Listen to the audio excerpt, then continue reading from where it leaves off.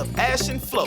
This is Unbillable Hours, a podcast about professional services marketing. Stick around to listen to our insights, tips, and best practices to improve your firm's marketing and even your career.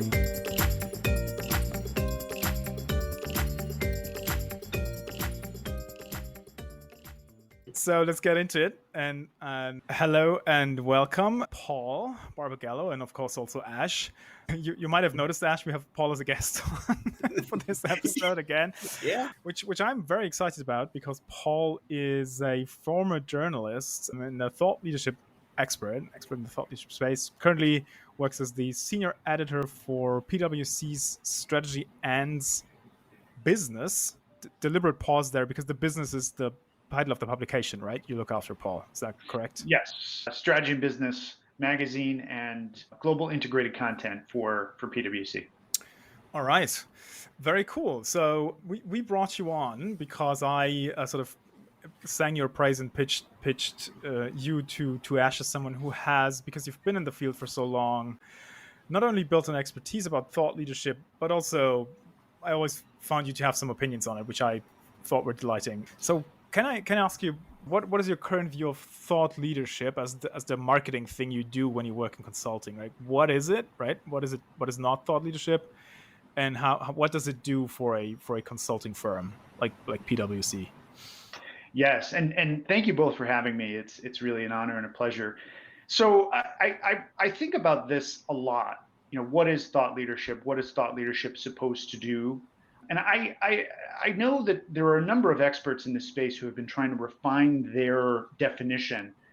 To me, thought leadership in its purest form, in its most ideal form, is persuading others to see a problem for the first time or look at an existing problem in a new way and offering solutions to that problem with conviction and courage. And this could take on a number of forms, and there are many ways to do this. And also, there's still a lot to be done in the area of KPIs, how to measure the quality and impact of thought leadership.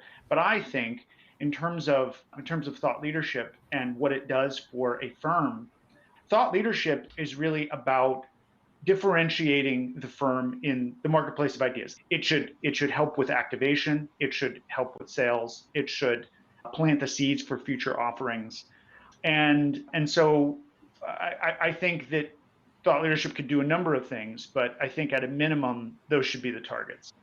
I had a question just based on that, just to help differentiate between strategic marketing and the fact that consultancies have to sell and you also have to originate new and unique ideas. So would you be able to briefly just say what the types of thought leadership are? Sure. I mean, that's a great question. So I go back to my favorite piece of thought leadership, which dates back to 1973. Charlie Maxwell was a youngish oil analyst on Wall Street, and his research revealed a problem. There was going to be an oil crisis, and that oil crisis was going to affect the automotive industry. So he went to Detroit. He presented his narrative, which was very simple. The oil crisis will change automaking forever, and you must change. And so he went to GM, Ford, and Chrysler, and he offered a set of warnings and solutions. This, I would say, in terms of type, I would say that this is the most daring, courageous thought leadership, but I think the most effective. When you get into types, it's very interesting, right? Because you can have Horizon 1, which is really thought leadership that's meant to convey the offerings of a company today, what they sell today, or what their ideas about business are today.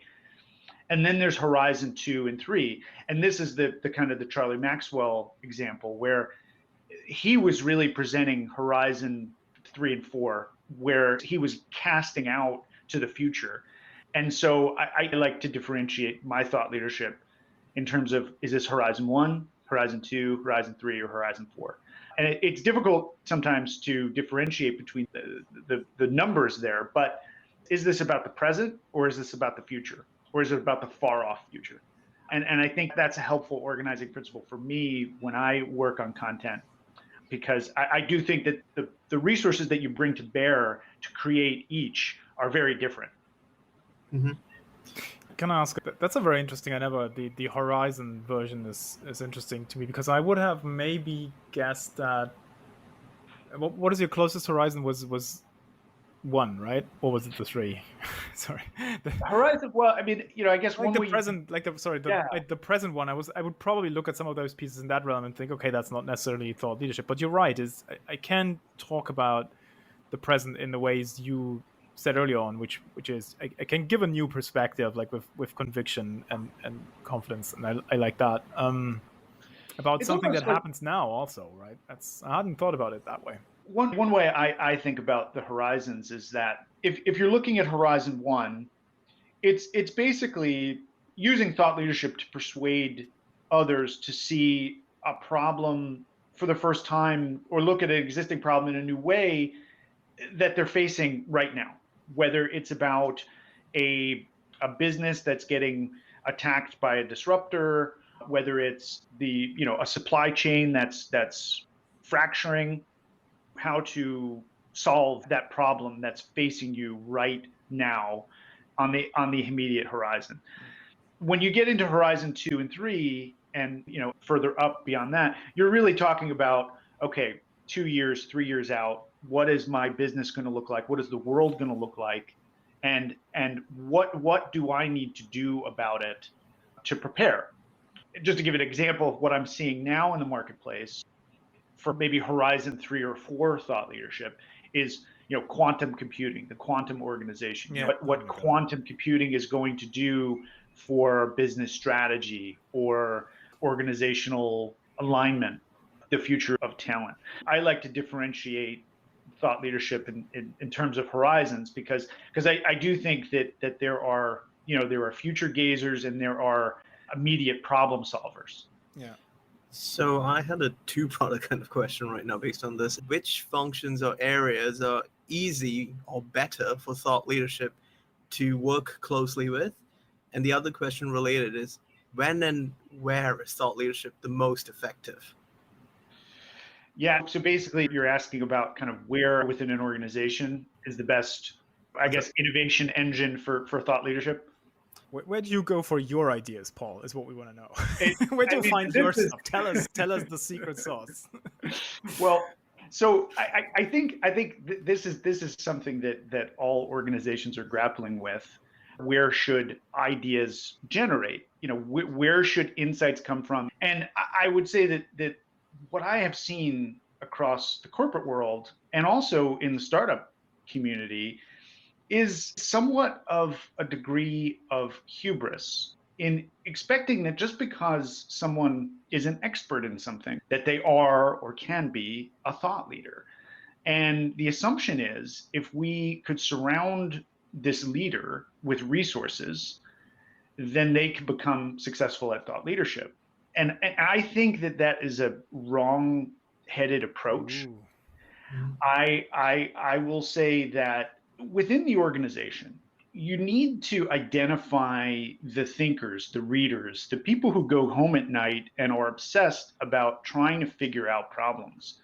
I have been somewhat, inspired by a model by law firms in the United States. And I think if I could take a step back, I think one of the major problems right now with thought leadership creation, in business, let's say, is the incentive structure.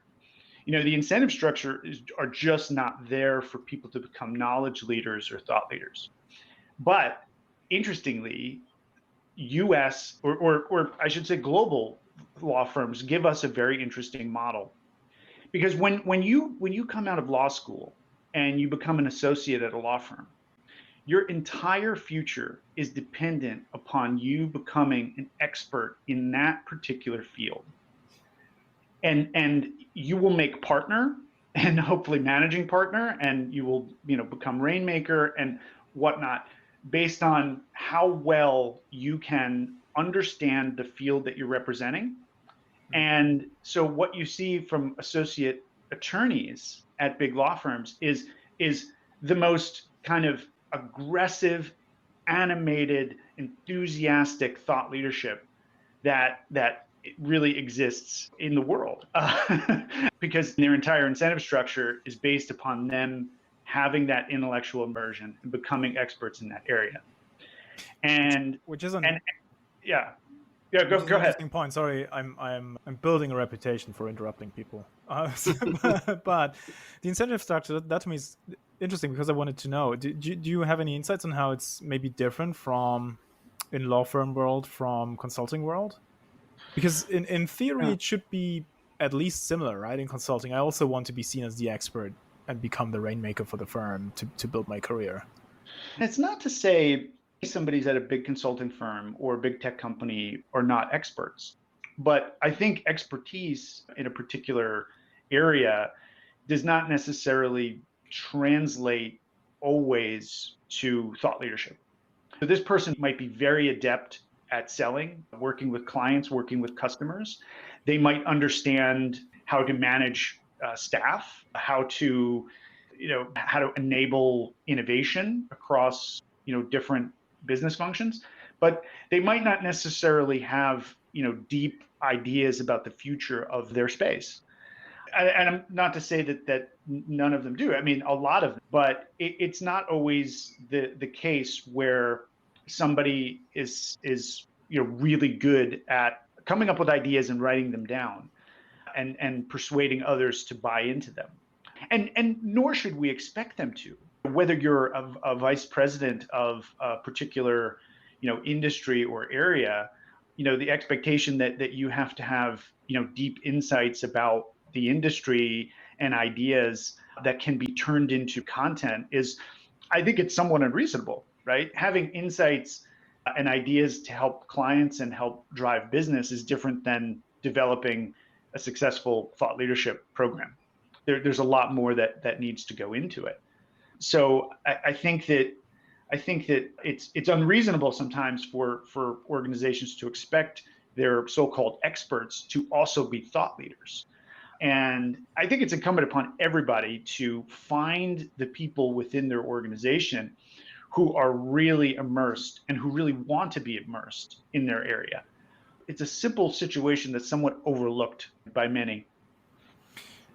And then, I mean, you just outlined maybe one challenge, right? Finding the people who have the ideas or the right people. I really think it's interesting that you said this hierarchical, right? Who's the MD here, and you get to do a bunch of thought leadership. That process is broken, because I would agree to that.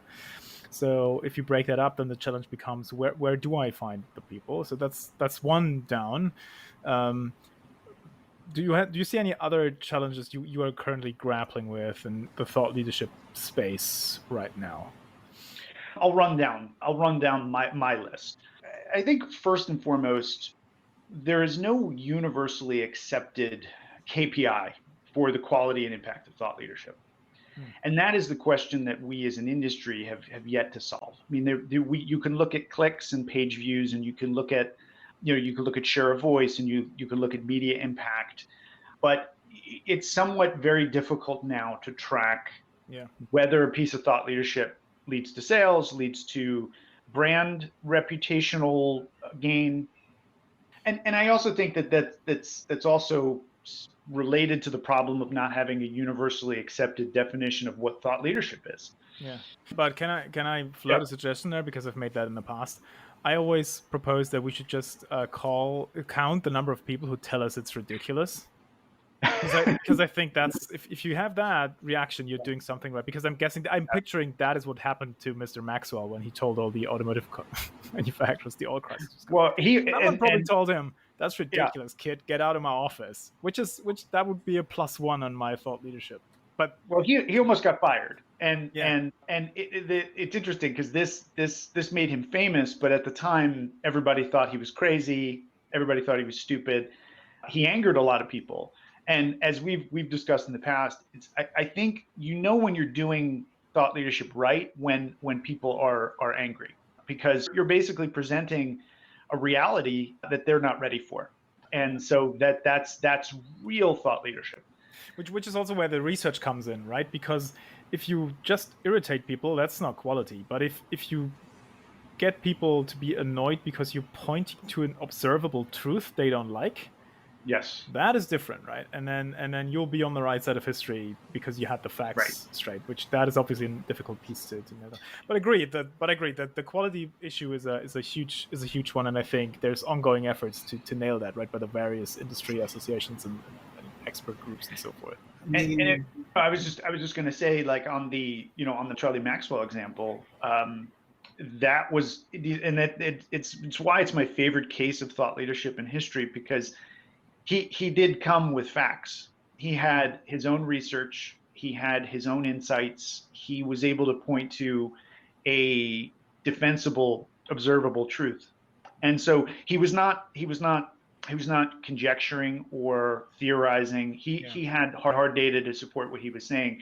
And I think that should be the foundation for any successful piece of thought leadership. Data, truth, research. Yeah. Maybe there's a way to measure sentiment analysis in real world scenarios as opposed to just the online thing that could help.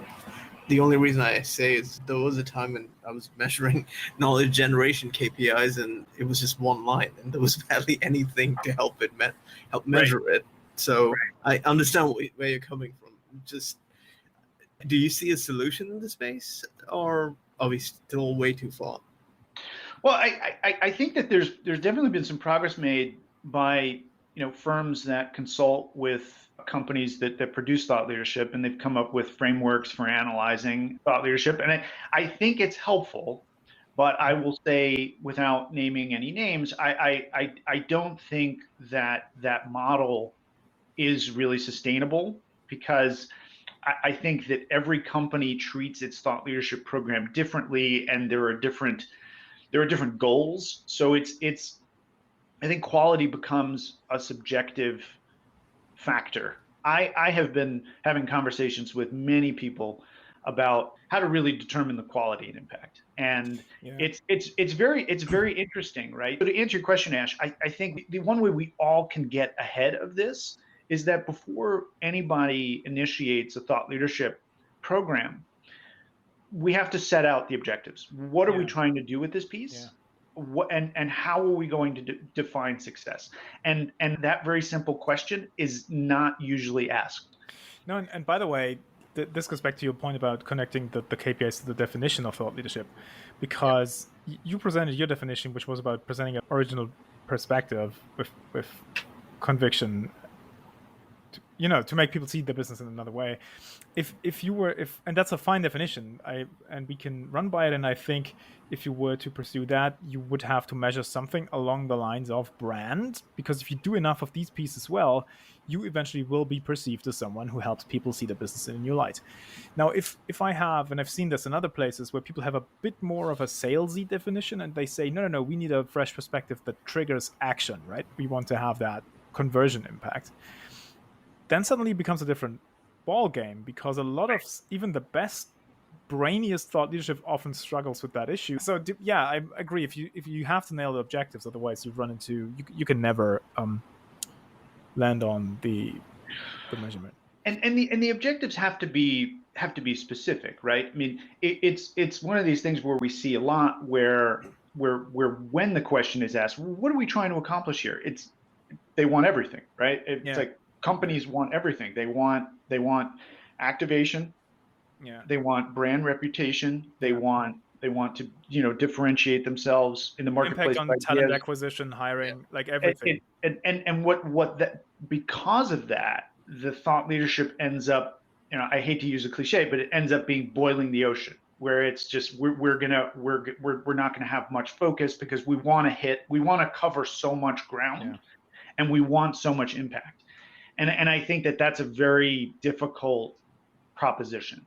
I would love to see in the future thought leadership be more focused and more humble in what the thought leadership itself is trying to accomplish. I like that. Yeah. Do you think some of the challenges that you were talking about can be resolved through effective stakeholder mapping at the start? So you have your question and your situation and everything right there, and you're basically getting these people just to answer this one key question, as opposed to like you said, boiling the ocean because so many people just want so many things out of this one piece.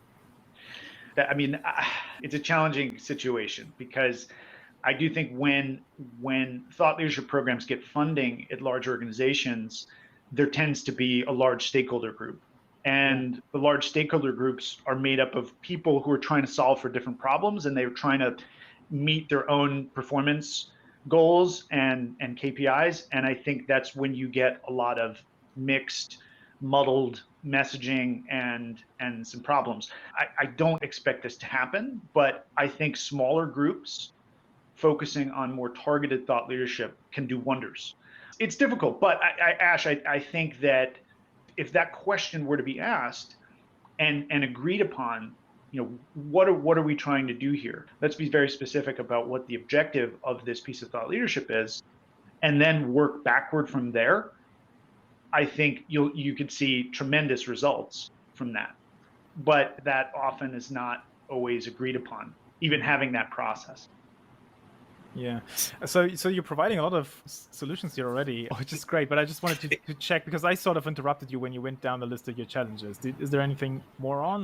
Yeah. I hate to be a complainer, but I see this world and I see so much potential, and of course I want to try to play a small role in fixing it. But one of the other things I was going to say in terms of what's not working is that there's still a lot of Me Too thought followership. Yeah. Where and you see this from every organization where they want to and need to say something about a topic, even if they don't have anything new or interesting to say, but they want to flood the zone, and they want to have their points on the board. And I would love to see all of us do fewer pieces of thought leadership, but better. And I think along those lines, there's a lot of vestigial underbrush. There's still an expectation to create the big, data-heavy, dense, sometimes inscrutable, white paper. Yeah. And I still think there's a place for the research report, but we all need a pulse check. Is it worth time and investment? Are people reading it? Is it aiding activation and sales and differentiation in the marketplace of ideas? And I think, can we innovate the research report? If you look at a research report today from a large organization, it hasn't changed much in 20, 30 years. No. And we might have better ways of delivering it. We might have better ways of presenting the information, but the structure has not changed at all. And so I would want us as an industry to really think about, why do we really need an executive summary, an introduction, an abstract, a story in brief before we get to the actual narrative?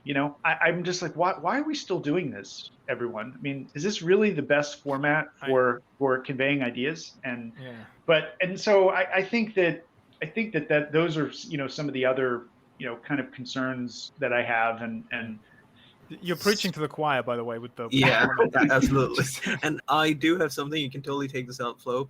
Essentially, what you described there, Paul, is what went on in the documentary filmmaking scene, where you had tons of researchers, you had an entire team of people literally creating, researching, coming up with the content, and making it into a 60-minute format, or maybe in a film format with placement and everything, getting this entire machine. And then about 10, 12 years ago, people just started going about filming stuff and having conversations and getting that same kind of content, but without there are still fact checkers, but not the entire structural thing. That was one of the big disruptions that happened there. Interesting. Yeah. I just wanted to, so the distribution, the formats, you're absolutely right. Last week or 2 weeks ago, we had a guest on the podcast from the marketing director of Gopher. He literally asked the question, which I'll use as my litmus test going forward. He said, when was the last time you've read one of those cover to cover? And I was like, damn, never is the answer to that, which hurts because I produced quite a few of them in my lifetime, as you know. Yeah. But yeah, that's the exact right question to ask. And then on your point of flooding the zone, I always try to make a point when I was in-house to differentiate between thought leadership and what I call positioning content. And the difference I tried to make was thought leadership is if we have something original to say, Positioning content is when all we want to do is we too have something to say about, I don't know, cloud computing, because we cannot have nothing because we're sort of a market leader in the space, right? But that is not thought leadership, that's positioning content. So dial back the spend accordingly. And it's interesting along those lines. I mean, I think that there's that phrase you hear a lot, like they say this, we say that. So that's often a good starting point for that type of content, where if you have one firm that says one thing and then, well, here's what we say. And I think that there's a contribution that could be made there that's valuable. And that's sometimes like the question I ask is, what are we contributing to the discussion and the debate in the public about this particular issue? Everybody is playing in the same circus, right? So the probability that people come up with very similar ideas is actually very high.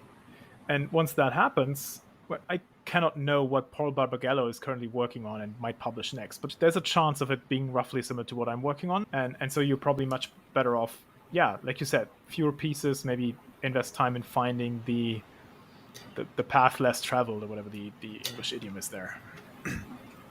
Perhaps a way to help there is, rather than just publish pieces, maybe have conversations with rivals who are publishing those pieces between subject matter experts. So you have Are you suggesting a cartel? Is that the thought leadership cartel? Is that what it is? No, I mean, there's always going to be, like, say, X topic. There's going to be like SMEs across various competitive firms. If one person publishes it and they occupy mindshare, it doesn't mean that the others can't have a say in it without publishing stuff, which could be a way that you can look at thought leadership, because you're still giving a valid opinion. You're basing it based off of research that's done in your organization, but you don't have a paper unless you see the market shows demand for it. All right.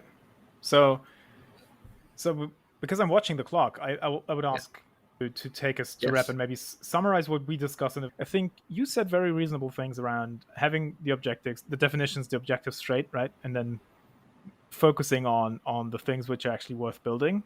And Ash just floated the idea of forming cartels to drive. Well, but actually, I think those exist in other industries, like joint research programs and stuff like that. But that was I probably missed a bunch of pieces there. So Paul, if you had to give advice to someone who is about to build a bigger program like the ones you lead, what could be some tips you have? I would say, I mean, the two other things that are, I guess, a little more controversial is, don't be afraid to think small. I think that the big kind of future of fill in the blank types of research reports and thought leadership programs often, like we discussed, they often are boiling the ocean and saying everything but nothing. And those efforts that say everything and nothing I think just add to more noise in the marketplace.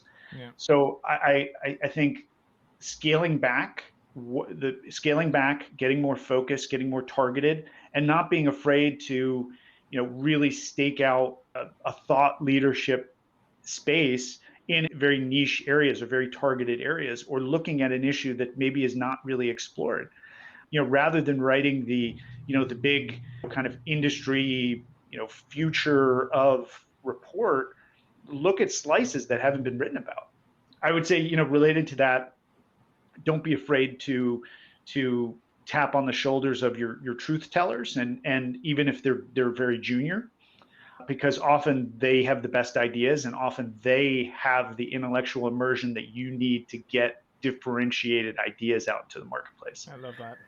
Because, I would say that the junior, and I don't want to say young, because I think that could be misconstrued. I think that the people who are really, they are in a position in their life and their career where they are down the rabbit hole, and they are reading everything, they're consuming everything, they are thinking a lot, their brains are really mossy, and they have a lot of ideas. And so just because somebody is maybe just starting out or 10 years into their career, they might have better ideas than the senior executive. I really like that one. I think that's a key takeaway for me also personally, to say, step away from this hierarchical stuff, right? Throw the resources towards the best ideas, not the most senior people. I really like that one. So yeah, that was great. Thanks for taking the time, Paul. Ash, do you have any more questions to add before we have to let No, I've added a fair number of questions. Thanks for answering all of them, Paul, and thanks for being with us on this podcast. You've given us so many amazing insights and lots of things to think about as well on these programs. Oh, it's my pleasure. It's my pleasure. I'm delighted to be with you. Excellent. Thanks for listening to Unbillable Hours. If you want more, tune in next week. You know where to find us.